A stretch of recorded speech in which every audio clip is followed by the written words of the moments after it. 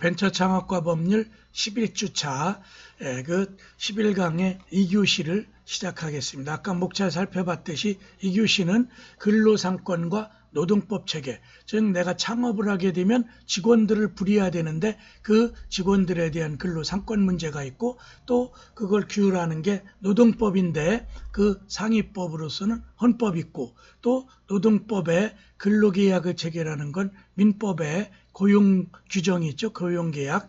그럼 2장을 강의하겠어요.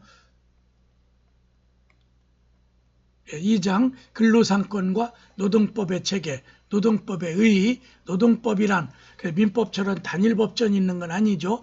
자본주의 사회에서 근로자가 인간다운 생활을 할 수 있도록 노동관계를 규율하는 법규범의 총체. 그래서 한 많게는 20개 정도가 노동에 관련되는. 근데 우리가 노동법에서 주로 강의되는 건 한 4개 법 정도가 되죠. 노동법은 동그라미 1번 첫 번째 노동관계를 규율하고 규율 대상, 또 두 번째 최저 기준의 설정, 단체자치보장 등을 규율하는 규율 방식 내지는 여기엔 근로기준법과 단체 결성을 위한 노동조합법 뭐 이런 거 있겠죠. 또 세 번째 헌법상 규정된 근로자 인권을 보장하고 근로자와 사용자 간의 실질적 대등성을 추구하는 노동법의 규율 목적, 이념에 그러한 법을 묶어놓은 걸 노동법의 총체. 그래서 노동법은 하나의 단일법전으로 된 게 아니라 그 여러 개의 근로관계되는 법이 단행법으로 돼 있는 걸.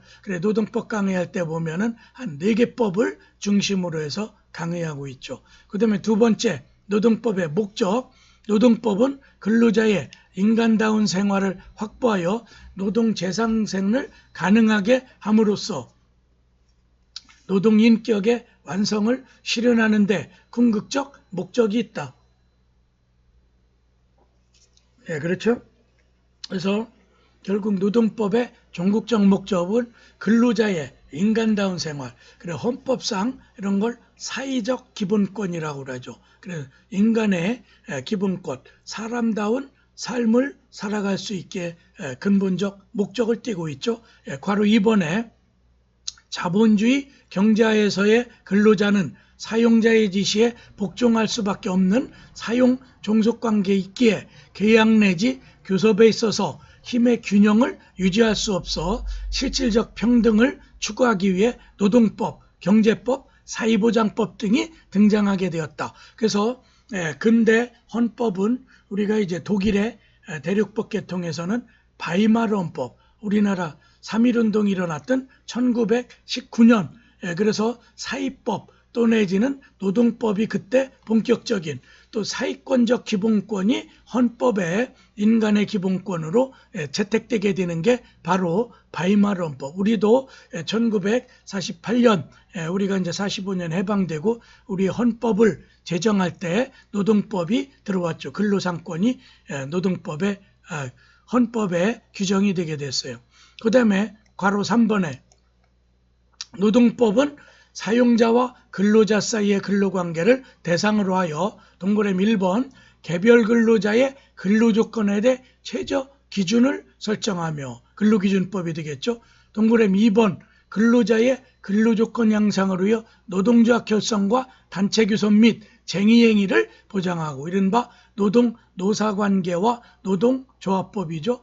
그 다음에 동그라미 3번 나아가 근로자의 경영참여를 인정함으로써 우리는 아직 노무이사가 본격화는 안 됐지만 독일은 노무이사 제도가 있죠. 기업, 법인, 주식회사의 한 명은 노무이사를 임명하게 됐게 임원으로 진출할 수 있게 그래 근로자의 복지 증진과 사용자의 생산성 향상에 의한 노사 공존 공영을 달성하고자 한다. 이게 바로 노동법의 근본적 제정 목적 이념이죠. 그 다음에 3번 근로자의 근로상권 보장, 헌법상 사회권으로 보장되는 근로상권을 살펴보면 괄호 1번 헌법상 사회권의 보장. 근로상권은 우리나라 헌법에 규정된 사회권 중에 하나로 단결권, 그렇죠? 노동조합을 만들어서 단결권, 또 단체 교섭, 노동조합이 나서서 사용자와 대등 관계에서 교섭을 하죠. 임금 교섭도 하고 고용 뭐 관계 이런 것들, 또 단체 행동권, 그래서 이제 쟁의 행위를 할 수가 있죠. 그래서 단결, 교섭, 행동, 그래서 단교행 뭐 이렇게 외우기도 했었죠. 근로상권. 이는 근로자의 인간다운 생활을 보장하고 근로관계에서 경제적으로 약자인 근로자들이 단결하여 사용자와 대등한 지위를 가지고 근로조건을 결정할 수 있도록 헌법이 보장하고 있는 세 가지 중요한 사회적 기본권이 되겠죠. 그래서 우리가 이제 노동상권, 근로상권 이렇게 얘기하는데, 노동상권이 뭐요? 그러면 상식적으로 여러분들이 이제 강의 들었으니까 이제 단결권입니다. 단체 교섭권입니다. 단체 행동권입니다. 이 세 가지가 헌법 29조에 근로자는 근로조건의 향상을 위하여 자주적인 단결권, 스스로 뭉칠 수 있죠. 또 단체 교섭권, 그래서 대등한 관계에서 사용자와 임금교섭 같은 걸 하고, 또 단체 행동, 그래서 거기에 임금교섭이 깨지면 냉각기를 거쳐서 이제는 쟁의행위 들어가서 파업을 하겠죠. 우리나라에서도 심심치 않게 볼 수 있는 단체 행동권, 단결, 교섭, 행동 이 세 가지를 근로상권, 또 노동상권 이렇게 얘기하죠. 그 다음에 괄호 2번에 노동조합의 지위, 근로상권은 근로자 개인뿐만 아니라 노동조합도 가지는 권리이므로 노동조합은 조합의 이름으로 노동위원회에 사건을 진정하고, 그렇죠? 교섭이 원만치 않을 땐 노동위원회가 있죠. 대통령 직속, 법원에 또 소송을 제기할 수 있어서 노동조합이 그 소송상 당사자 지위를 가질 수 있다는 거죠. 그래, 말은 조합이지만 사실상 실질적으로는 법인 성격을 띄어서 소송상 그래서 법원에 대한 소송의 주체가 될 수 있는 당사자 지위를 갖는다는 걸 여러분들이 꼭 알아야 돼요. 근데 일반 조합일 때는 조합원 전원의 이름으로 소송행위를 해야 돼요. 그래서 그럴 때 선정당사자라는 그 조합의 대표를 하나 내세워서 소송을 수행하게 하는 그런 그 편의 제도는 있지만, 원칙적으로 조합, 일반적인 법인이 아닌 조합은 조합원이 100명이라도 100명이 원피고가 되어야 되죠. 그러면 송달 문제도 그렇고 소장 작성도 그렇고 매우 번잡스럽죠. 그래서 민사소송법에는 선정 당사자, 그 조합원들이 우리 소송상 대표를 하나 뽑아서 그 사람을 당사자 지위로 해서 그 사람 한 사람이 법원에 나가서 그 전체적인 소송 행위를 할 수 있게, 이게 바로 노동조합은 여기서 당사자 지위가 있어서 직접 소송 행위도 할 수 있다. 노동법의 체계를 살펴보면 네 번째 노동법 체계. 노동법의 체계에서는 구체적인 노동법의 내용보다는 노동법이 어떤 구조로 이루어졌고 또 그것을 노동법에 어디에서 확인할 수 있는지에 초점을 맞추고, 그래 여러분들이 직장 생활하고 창업을 하면 노동법에 부딪히겠죠. 내가 고용한 근로자, 피용자들이 또 쟁의행위 같은 것도 할 수 있고, 또 자기가 근로조건 개선을 위해서 나한테 어떤 협의를 요구한다라든가 그럴 때 노동법의 기본 틀을 알고 있어야 되겠죠. 그래, 괄호 1번에 노동법의 두 축은 노동조합 및 노동관계 조정법이라는 이른바 노동조합법으로 줄여서 얘기하죠. 또 하나가 대표적인 근로기준법, 근로자의 지위를 보장하고 또 근로조건 향상을 위한 게 근로기준법이죠. 노동법은 크게 노동조합 및 노동관계 조정법과 근로기준법이 있다. 노동법과 시행령 등 이런 거는 여러분들이 법제처의 국가법령정보센터 홈페이지 www.로.go.kr 또 아니면 그냥 한글로 포털에다가 법제처 이렇게 치면 현행법 또 구법 이런 거를 전체적으로 살펴볼 수가 있어요. 그래 여러분들이 어떤 업무를 처리하다가 뭔가 법에 대해서 궁금하고 막힐 때는 법제처 사이트에 들어가서 거기서 핵심어 넣어가지고 법을 검색해 볼 수가 있죠. 그래서 법제인데 있자 하나 빠졌네. 법제처는 국가법령정보센터에서는 노동법뿐만 아니라 노동법 시행령 하위법이죠. 또 노동법 시행 규칙 이것도 확인할 수 있고 최신의 개정 노동법령을 그 법제처 사이트에서 인터넷으로 검색해 보시면 되죠. 괄호 2번 노동조합 및 노동관계조정법의 체계. 노동조합 및 노동관계조정법은 첫째 노동조합의 범위 및 지위에 대한 걸 거기에서 규율하고, 두 번째 단체 교섭에 대한 것도 거기에 근거 규정이 있고, 또 세 번째 단체 협약, 네 번째 쟁의행위, 또 다섯 번째 부당 노동행위, 이렇게 5개 장으로 나눠서 노동조합 및 노동관계 조정법이 체계를 갖추고 있다. 그 다음에 그거를 그래픽화하는 게 이거죠. 노동조합 및 노동관계조정법, 노동조합의 범위 및 지위, 단체교섭, 단체협약, 쟁의행위, 부당노동행위. 단체교섭, 단체협약, 쟁의행위는 헌법 33조와 연관되어 있다. 따라서 노동조합 및 노동관계조정법에 규율하지 않는 경우에도 헌법상 권리로 당연히 기본권 사항에서 주장할 수 있죠. 왜냐하면 헌법이 노동조합 및 노동관계조정법의 상위법이기 때문에 헌법상 기본권으로 주장해도 돼요. 그런데 노동조합 및 노동관계조정법에 구체적인 이런 개별법이 있으니까 노동조합 및 노동관계조정법이 먼저 적용되겠죠. 거기에 미비한 점은 헌법의 기본권을 통해서 간접 적용을 하면 되겠죠. 그 다음에 세 번째, 근로기준법의 체계. 총론에서는 근로기준법의 근거, 또 적용 범위, 근로자, 사용자의 개념, 또 근로관계의 형성, 근로계약상의 권리 의무, 근로기준법 적용의 기본 원칙, 이런 것들을 근로기준법 총론, 또 근로기준법 강론에 들어가 보면 취업규칙, 또 임금, 근로관계 종료, 또 사업 양도, 합병, 회사 분할 이런 걸로 구성되어 있다. 그래서 근로기준법을 그래픽화해 보니까 총론에 이렇게 6가지, 강론에 4가지. 그래 민법에 따른 고용계약 체결 시 무제한적으로 자유를 주었을 때 대개 이제 사용자 쪽이 강자라고 보죠. 발생하는 문제점을 조정하기 위해서 특별히 고용관계의 최소한 마지노선을 설정한 것이 근로기준법이다. 따라서 근로기준법은 민법의 특별법. 그래서 2개의 근거 규정. 민법에 고용계약에 관한 일반 규정이 있다면 근로기준법에 들어가면 구체적으로 근로관계 향상, 또 근로자의 최저 지위 보장, 이런 게 바로 근로기준법이죠. 그래, 민법과 근로기준법이 같은 사항을 규율하고 있을 경우 특별법인 근로기준법이 우선 적용되겠죠. 개별법 우선의 원칙이죠. 그 다음에 그러나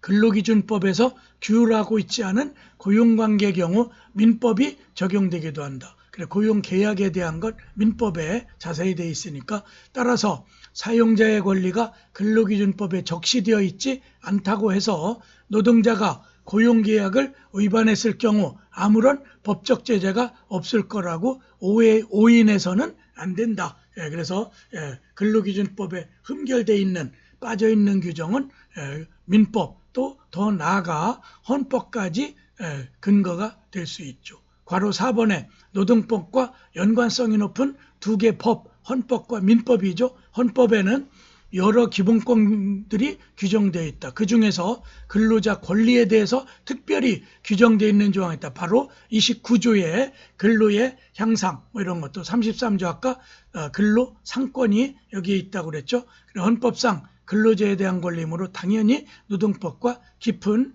관계가 있고 사회적 기본권이라고 그랬죠.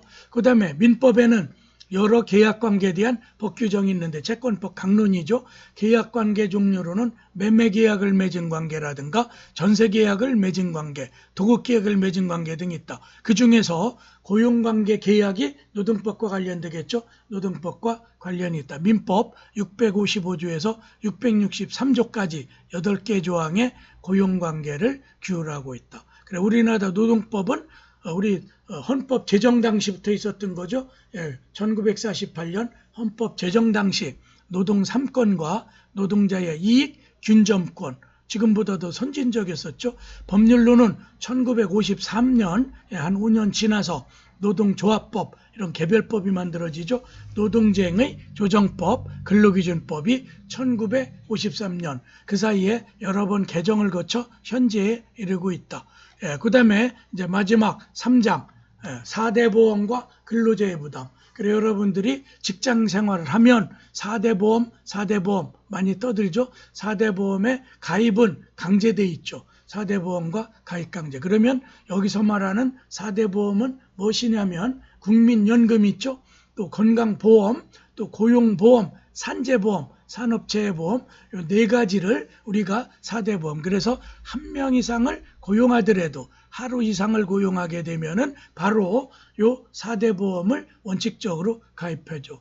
또 제가 여러분들 이렇게 나오듯이 강사에게는 건강보험 빼고, 건강보험이 가장 보험료가 좀 비싸죠. 국민연금, 고용보험, 산재보험은 대학 측에서 다 가입해줘요. 건강보험은 다른 곳에 자기가 직장이 있다면 직장으로 가입하면 되고, 또 전업 강사라면은 건강보험은 지역에 가입하죠. 그래서 자기 재산과 이런 걸 기준해서 건강보험료가 산출되고, 4대 보험을 조금 더 설명해 보면 1. 국민연금은 노후보장을 위해 62세 이후 월마다 나눠서 받는 연금이다. 그래서 친구들이 저보다 한두 살 위인 친구는 올해부터 아니면 내년부터 받고 저는 3년 후쯤부터 받아요. 그 다음에 두 번째, 건강보험은 소득이 있든 없든 전원이죠. 국민 개병제처럼 누구나 다 가입해야 돼. 그래서 대한민국 국민이라면 모두 의무가입 대상으로 병원에서 진찰이나 치료를 보다 저렴하게 받도록 하는 사회적 보험이자 강제보험이에요. 그래서 나이가 적든 많든 그런 게 관계없이 누구나 다. 그래서 자기 가족 있으면, 저도 우리 가족 아내와 또 아들 둘이 있거든요. 대학생들인데 그 친구들도 다 제 밑으로 고용보험이 가입돼 있죠. 또 세 번째, 의료보험이, 고용보험은 근로자가 실직했을 경우 일정 기간 급여를 받을 수 있는. 그래 요즘에 제 또래들은 이제 대부분 퇴직했거든요. 퇴직하게 되면은 이 6개월 동안에 실업급여를 받아서 뭐 한 190만 원이 맥시멈 6개월 동안 받을 수 있죠. 그 다음에 네 번째, 산재보험은 근로자가 일을 하다가 재해를 당했을 때, 그렇죠? 근로 시간 중에 재해를 입게 되면 이 산재보험으로 보험금 청구를 할 수 있죠. 그래서 4대 보험 때문에 국민의 삶의 질은 향상되고, 이런 것들을 넓게 사회보장적 성격을 띤 사회보험 뭐 이런 얘기를 하죠. 그 다음에 큰 2번, 4대 보험과 근로자 부담. 국민연금은 근로자 급여의 9%인데 발식 내죠. 근로자가 4.5% 부담하고 사업주가 4.5%. 그래 직장 가입은 만 18세 이상 60세까지. 그래 저는 국민연금에서 올해부터 빠졌어요. 예를 들어 월 200만 원이라면 9%니까 18만 원인데 9만 원씩, 사업자가 9만 원, 또 고용인이 9만 원, 이런 식이죠. 그 다음에 건강보험과 장기요양보험. 건강보험은 근로자 급여의 6.12%죠. 장기요양보험은 건강보험 자체의 13.1%.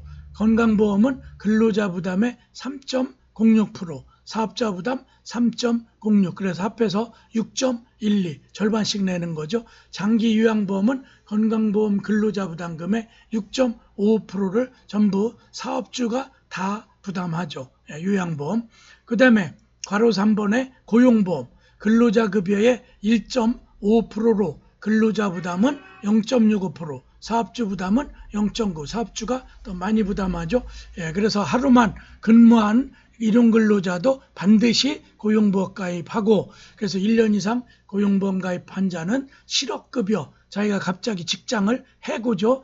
스스로 자기가 이제 퇴직하는 게 아니라 해고, 또 그 다음에 정년퇴직도 강제퇴직이기 때문에 실업보험을 청구할 수 있어요. 그 다음에 가입 제외 대상은 65세 이후에 고용되는 근로자. 그래서 지금은 65세까지는 고용보험. 그래서 저도 강사로 한남대학교에 고용보험을 들어서 이렇게 부담하고 있어요. 그 다음에 네 번째는 산재보험. 산재보험은 모든 근로자가 가입 대상이며 업종별로 산재보험률이 조금씩 달라요. 저희들처럼 이렇게 이제 정신노동하거나 육체노동 안 하는 자는 조금 낮죠, 비율이. 그래서 사업주가 100% 산재보험을 드는 거예요. 그럼 월 200만 원을 받는 근로자일 경우 국민연금이 9만 원, 그렇죠? 건강보험은 6만 1,200원, 장기요양보험 4,000원, 고용보험 13,000원, 소득세 이게 3.3%를 떼죠. 나중에 이제 환급은 받지만 19,520원. 또 지방소득세는 그거의 10%, 지방에 이제 지방세로 1,950원은. 그래서 총 18만 9,670원이 이른바 공과금이에요. 그걸 빼니까 200만 원에서 빼면 181만 332 실수령액. 그래서 18만 원, 거의 19만 원 상당은 공과금으로 떼고, 그래서 181만 원 정도를 실수령액으로 받는다. 지금까지가 4대 보험까지. 그래 여러분들이 오늘 인적 자원관리, 우리 강의 교재는 이제 8장이었고, 그래서 첫 번째 4차 산업혁명 시대의 인적 경영관리를 어떻게 하고 직업이 어떤 게 뜨는지 창업의 아이템, 그 다음에 두 번째는 근로상권과 노동법, 그 다음에 세 번째 4대 보험과 근로자 부담까지 전부 2교시에 거쳐 강의했어요. 오늘 강의는 이것으로 마치겠습니다. 네, 강의 수강하시느라고 수고하셨습니다. 감사합니다.